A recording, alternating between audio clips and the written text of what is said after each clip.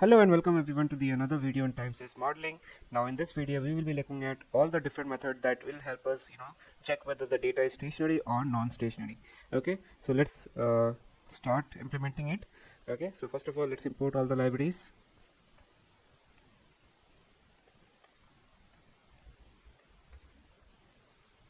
So we will be implementing all the method that we have learned in the previous theoretical part, and we will be able to identify whether our data is stationary or non-stationary. Okay, so let's get into that part. So first of all let's import pandas as pd, then import numpy as np, and import stats model. So from stats model we'll import Fuller, then kpss and seasonal decompose. So they will help us get the values, and then based on values we will be doing something called checking on p values. Okay, so let's do that. So from stats models dot tsa dot stats tools. Okay, stat tools. Okay, and from here we will be importing ad fuller, okay, and then kpss as well as seasonal decompose. Okay,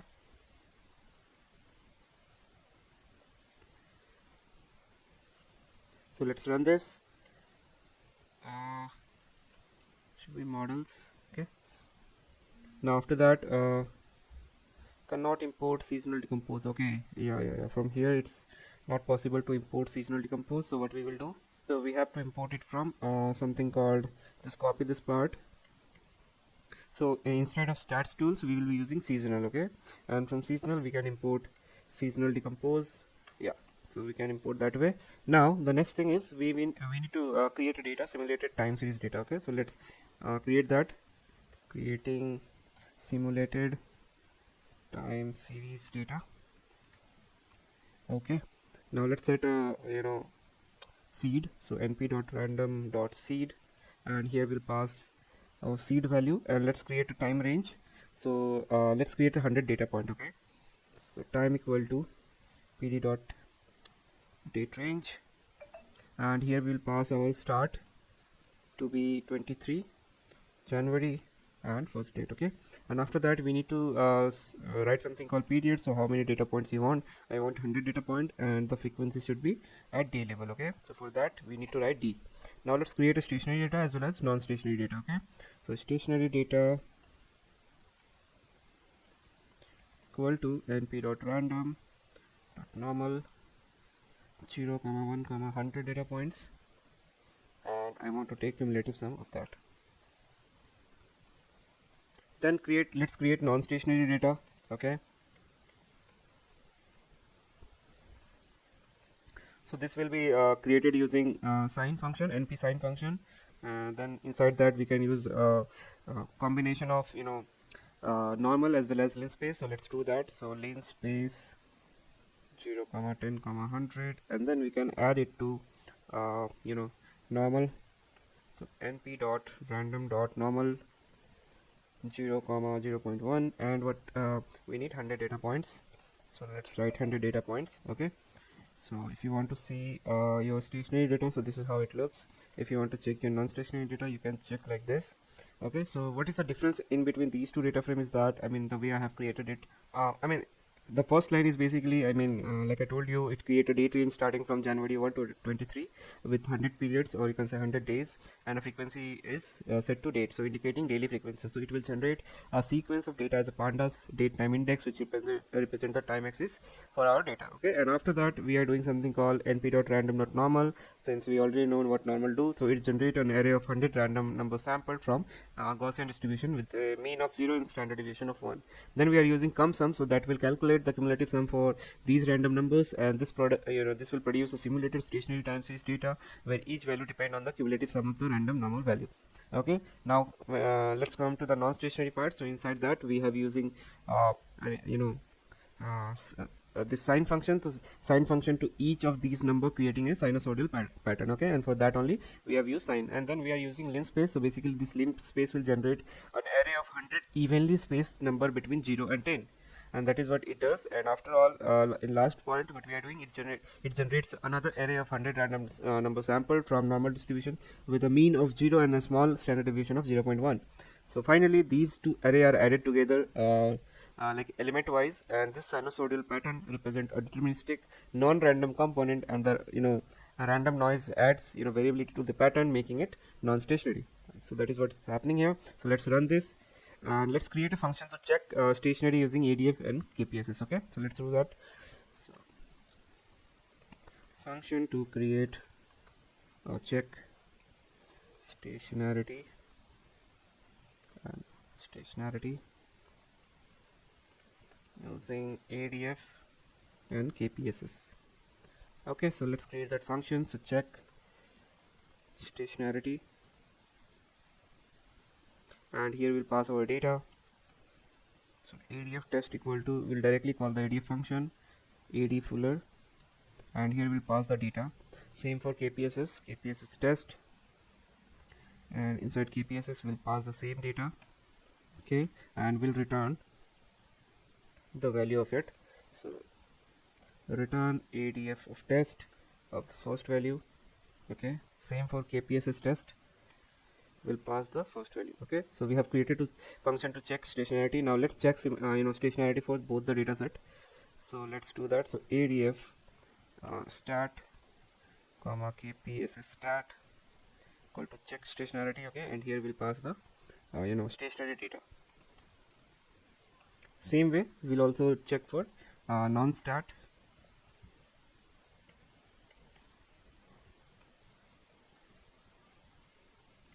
Here we'll pass our non-stationary data. Okay, now let's plot it, and let's have a look, and then we can convey what it is telling us. Okay, so we have run it. Now let's use the plotting to see how they look like. Okay, so plot the test results. Okay, so plt.figure. So let's first set the figure size.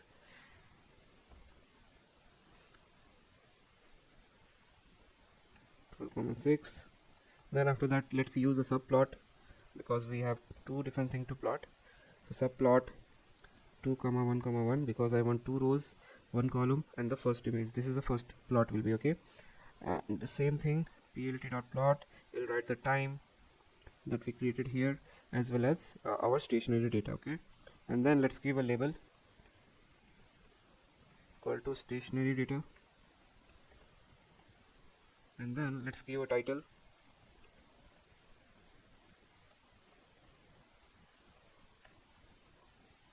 Then plt.legend. Okay, now let's copy this and then paste it again, and this will be the second plot, and here it will be non-stationary data. Let's change the label to be non-stationary, and we are done. Okay, now there's one more thing that we have to do, that is let's also print out what is the value that we have got. Okay, and based on that we will conclude what we are getting. Okay, so let's do that. So we'll do something called plt.show, and this is done. Now let's print the values that we have got. Okay, test results. So print stationary data, then non-stationary data,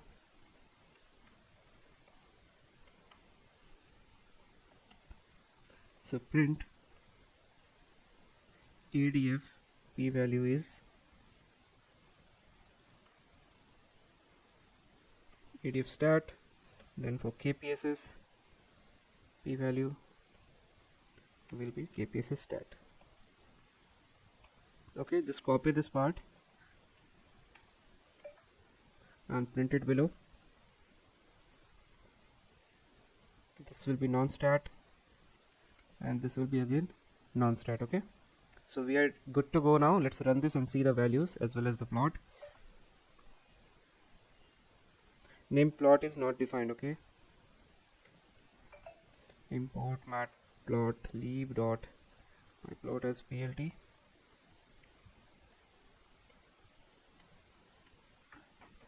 So you can see a beautiful plot. So let's understand the values that we are getting here. Okay, so certainly so what we are seeing here is the ADF test For this one, I mean, we are checking with the stationary data in the time series. So in this case, the obtained p-value is 0.602. Okay, so it indicates that larger than a significant level of 0.05. Okay, which is commonly used. So a higher p-value indicates that we fail to reject the null hypothesis for non-stationary. So the data seems to be non-stationary according to the ADF test. Then we have KPSS value, KPSS p value. So the KPSS test complement the ADF test by checking for stationarity. So here the obtained p value is 0.01, which is less than the significant level of 0.05. So a lower p value suggests evidence against the null hypothesis to be stationarity. So thus the data appear to be stationary according to KPSS test. Now let's check for non-stationary data. So for ADF, for the non-stationary data set, the ADF test yield a very low p-value, which is approximately 8.53 e to the power 0.6. Okay, 0.6. So this is very extremely low p-value, indicating strong evidence against the null hypothesis to be non-stationary. So thus the data appear to be non-stationary according to the ADF test.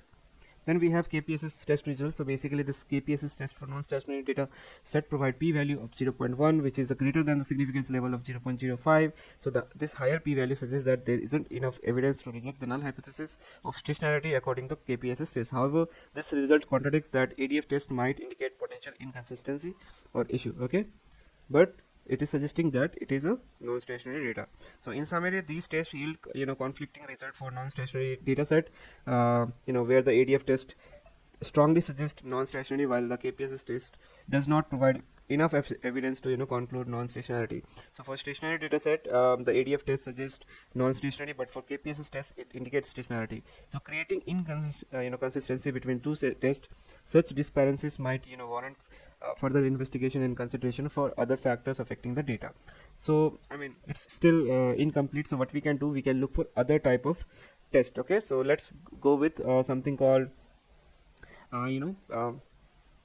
let's also include critical value inside ADF to understand what actually they want to say. So let's import something called ADF test only, but in this one we will have critical values also, 1%, 5%, and 10%. So that way it will give us more insight whether they are actually stationary or not stationary. Okay, so let's create a function that will help us see whether it is exactly what we are getting here. So stationarity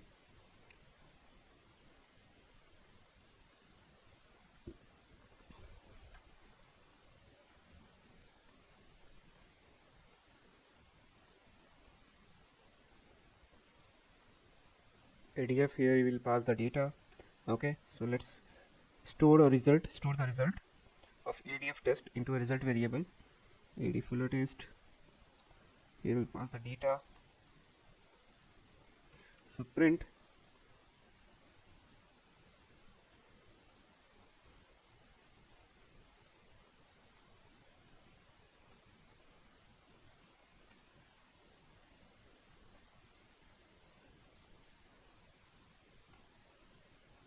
okay, now copy this, paste it again below.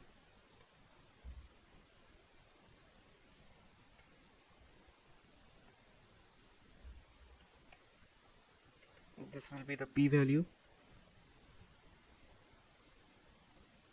Okay, and it should be 1. And then let's include the critical values.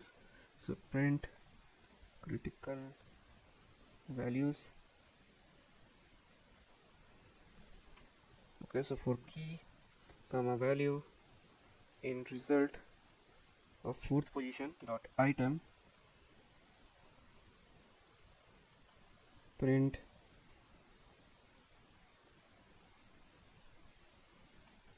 key and its value. Okay, so we are done. So now it will return us the critical values as well. So let's run this and call the this function to get the results.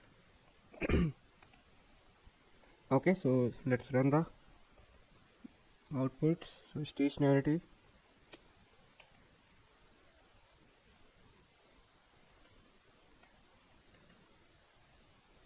stationary data check, same way non-stationary data check. Here we'll call the function and we'll call it with stationary data as well as non-stationary data non-stationary data. Okay, so let's run this. So we have, you can check, we have p-value which is similar to the previous value. Okay, and then we have statistics value. So let's understand this ADF statistics 1.35 and ADF for non-stationary the statistics, and then what this 1% to 5% 10% critical value represents. Okay, so basically the result that we see here, the ADF statistics is negative, which is 1.358, so obtained from the test. So the value represents significance of test and how far the data is from being non-stationary. So larger in absolute sense, we can see the negative value indicates stronger evidence for stationarity. Next we have is 0.60 p-value. So the p-value associated with ADF statistics is 0.602. As discussed earlier, the p-value higher than the significance level, indicating that the data failed to reject the null hypothesis of non-stationarity. Okay, now let's understand the critical values. The critical value represents threshold against the ADF statistics is compared. So if the ADF statistics is more negative than these critical values, we can reject the null hypothesis of non-stationarity. So in this case, we can see 1% says minus 3.49, 5% is minus 2.89, and 10% is minus 2.58. So the ADF statistics was minus 1.35, so is less negative than all these critical values, so providing the evidence for non-stationarity. Okay, then we have non-stationarity check. So for now we have understood how this critical value help us get into more detail and understand whether our data is stationary and non-stationarity. Okay, now let's understand if we feed the non-stationarity data, what happens. So we have ADF statistics minus 5.20. So for non-stationary data set, the ADF statistic is highly negative value, indicating strong evidence against the null hypothesis of non-stationarity. The p-value associated with ADF test is again extremely low. Okay, we can see it's e to the power 0.06, right, towards the end here. So you can assume it's very small data set, so it provides strong evidence against the null hypothesis of non-stationarity. Now let's understand through critical values. Okay, so what we are understanding here is that so the value that we are getting is similar to what we have got in the stationary data, and there is some change. Okay, somewhat changed. Okay, yeah, for 1%, somewhat values change. Okay, so if you see the larger image, you will see the difference. So what we are seeing here is, so the ADF statistics is minus 5.20, which is far more negative than all these critical values, supporting the rejection of null hypothesis for non-stationarity. So in both the cases, the ADF statistics are more negative than the critical value, providing strong evidence against the null hypothesis of non-stationarity. So for the stationarity data set, despite having strong ADF statistics, the high p-value does not support the rejection of null hypothesis, causing inconsistency between two test results. For non-stationary data set, both ADF statistics and the p statistics strongly indicate that this data set is non-stationary data set. Okay, the second one. So that is what we have got. So let's so there are other methods as well. So they are like they are mean variance method also.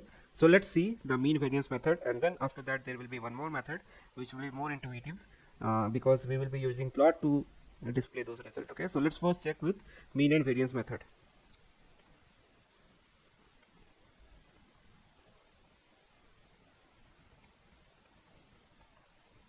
Okay, it will be very easy to implement because what we need to do is we need to calculate the mean and variance. Okay, so check stationarity mean, and here we'll pass our data.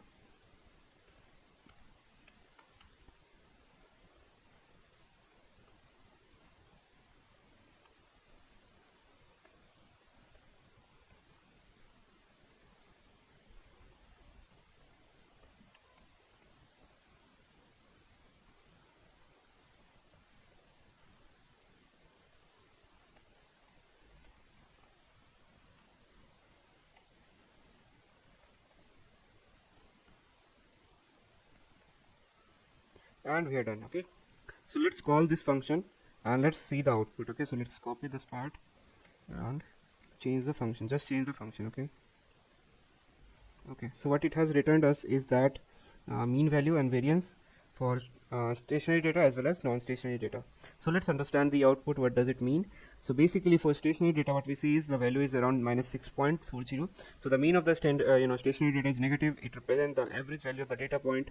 So the fact that it remained relatively constant over time could indicate stability in the data around the average. The variance measure is the spread or the dispersion of the data point around the mean. So in this case, the relatively high variance, which is 21.35, suggests that the data point is spread out across a wide range from the mean. So the variance does not indicate significant change in the spread over time. For non-stationary dataset, the mean of the for non-stationary dataset is positive, so indicate a different average value compared to stationary dataset. So this change in the mean value over time can suggest a lack of stability or a trend in the data. This means that the dataset is non-stationarity. Then we have variance for non-stationary data is relatively low. It signifies a smaller spread of data point around the mean compared to stationary dataset.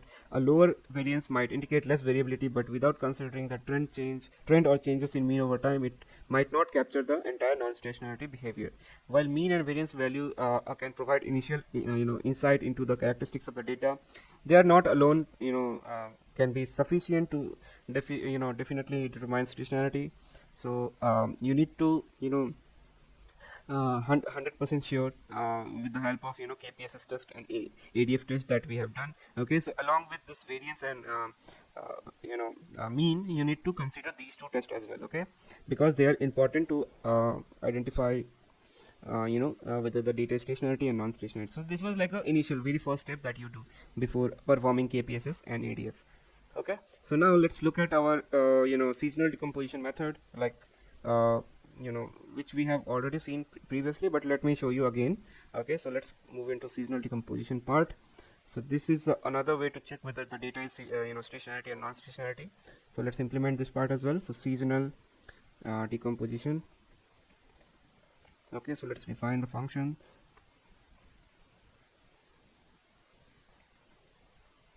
Again, here only data is required. Okay, so let's calculate the decomposition. Equal to seasonal decompose, and here you will be passing the data. You will define the model to be additive. Okay, and then period to be 12. Okay, now let's plot the figure and rest of the things. So plt dot figure, here you will pass the fixed size equal to 10,6, let's say. Then let's create a four plot. So let's use the functionality of subplots. Okay, so subplots, let's say this is 411. Okay, I think you know why what 4 represent. Okay, so 4 represent 4 rows, then 1 represent 1 column, and next one represent the first image. This is the second image, this is the third image, and this will be the 4 image. Okay, so now let's do something called plotting the data. So plt dot plot, you will pass the data as well as label. Okay, so label will be original. So this is the original set. Now just after that we need to write plt dot legend. Okay, now copy this part and paste it below every subplot.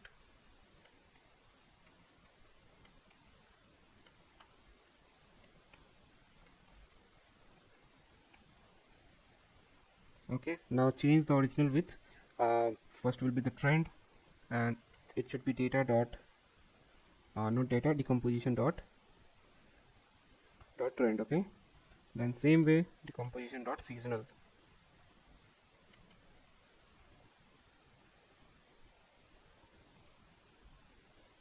After that residuals, which is nothing but unerrored. Okay, so decomposition dot resid, and we are done. Okay, so let's run this function. Let's copy this one and paste it here, and then let's change the function. Okay, and that's all you have to do. Let's run this, and you will have a beautiful plot which will tell whether the data has seasonal and trend elements. So you can see on the non-stationary data set it has. So what you can do, so by looking only you can see, right, it has, because we have discussed this type of chart as well earlier as well, and we have seen if we have something like sinusoidal waves that represent that it will have seasonal and trend. On the stationary data set you can see that I think the trend and seasonality has been removed from it, and we are not seeing consistent chart. Okay, So that is what from seasonal decomposition chart. And now lastly we will have one more method, that is uh, rolling statistics method. Okay, so in which that it will help us understand how the rolling mean, rolling standard deviation will help us understand whether our data is stationary and or non-stationarity. Again, non-stationary data will look like this only, stationary will look like some random fluctuation. So let's see that as well by implementing it. So let's write a function to calculate and plot rolling statistics. Okay, so def plot rolling stats. Here you will pass the data. Okay, so let's calculate rolling mean and rolling standard deviation. Rolling mean equal to data dot rolling, and you will pass the window. Okay, so window equal to 12, let's say, and I want the mean. Same way, let's calculate the rolling standard deviation, which will be data dot rolling, and you will pass the window to be 12 and then dot standard deviation. Okay, now let's create a plot. So plt dot figure,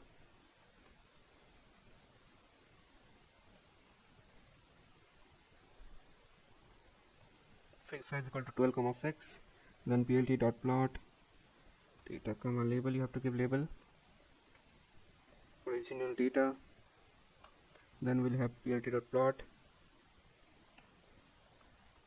the rolling mean,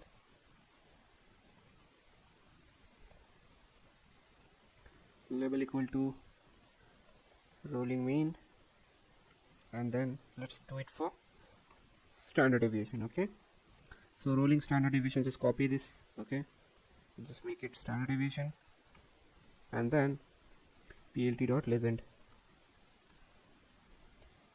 Let's give a title as well. Okay, title to be rolling statistics, and then plt dot show. Okay, that's all. So let's call this function. Okay, so let's copy this part, and we need to pass it as a series. So let's convert our data to be series. So pd dot series, and let's pass into this plot rolling stat function. Same way we have to send.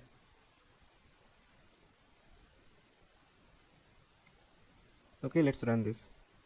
Okay, so you can see the beautiful chart. So what it's explaining is that let me make it a little bit shorter. I mean, okay, it's not, yeah, it's happening. Yep, so we can see now both of the charts. So let's understand each of them. So for non-stationarity, the second one, the original data appear to have fluctuation cycles over time. So original data is the blue one. Okay, so you can see it has some fluctuation and cycles over time, showing non-stationarity behavior. Now what we see in the rolling mean, the orange one. Okay, what we see, there is a rolling mean follow a general trend pattern of the original data. So but it is it might appear smoother or less volatile due to averaging. So it might capture some cyclic behavior or trend present in the data. Same way, if we look at the standard deviation, the rolling standard deviation show how the variability changes over time. So in non-stationary data, the measure uh, not exactly exhibit cyclic pattern or behavior, but you can see there is some cyclic pattern. Okay, you can see it's still a cyclic, right? So that is what we see, indicating varying volatility across time. But for for stationary data, what we see in stationary data, the original data is not cyclic pattern, it doesn't have cyclic pattern or trend, so it remain like a relatively constant over time. Okay, that is what we see. For rolling mean, what we see is that the rolling mean of the stationary data again remain almost constant over time within the rolling window. So it might fluctuate a little bit slightly due to a small variance, but it shouldn't exhibit distinct cyclic pattern or trend. Okay, like I mentioned, it should for non-stationary data. Now what we see in the rolling standard deviation, so similar to rolling mean, the rolling standard deviation of stationary data, it should be also remain relatively stable over time, showing consistent dispersion. So you can see there is no cyclic like pattern. Okay, so it is consistent. You can see it is around 2, we can say 1.5, in between 0 and 2.5. It's very constant over time. Okay, it's not like you can see here rolling standard deviation capturing the cyclic pattern. Okay, that shouldn't be there in stationary data set. So just remember guys, So for non-stationary data, both the original data and the rolling statistics might display cyclic behavior or trend. So the rolling mean tend to be smoother out, short-term fluctuation, highlighting the general trend, while the rolling standard deviation show change in the volatility. Okay. However, for stationary data, the rolling mean and the rolling standard deviation should remain constant or relatively constant without any distinct cyclic pattern or significant changes over time. So this stability reflects the stationarity nature in the data, so where statistical property do not vary with time. So you can use with ADF and KPSS these plot to understand whether the data is stationarity and non-stationarity in nature. Okay, so I hope these all method will help you whenever you are dealing with time series use case. This will literally will help you. You should be doing going ahead with the data that you have, or you should be doing any you should be applying any method to make it more stable. So in the next video, what we will be doing, guys, so we will be using some different method that will help us convert these non-stationary data to stationary. Okay, so in the next video we will be implementing all the method that I know that help us convert the stationary data into non-stationary data into stationary. So yeah, see you in the next video. Thank you for joining, guys.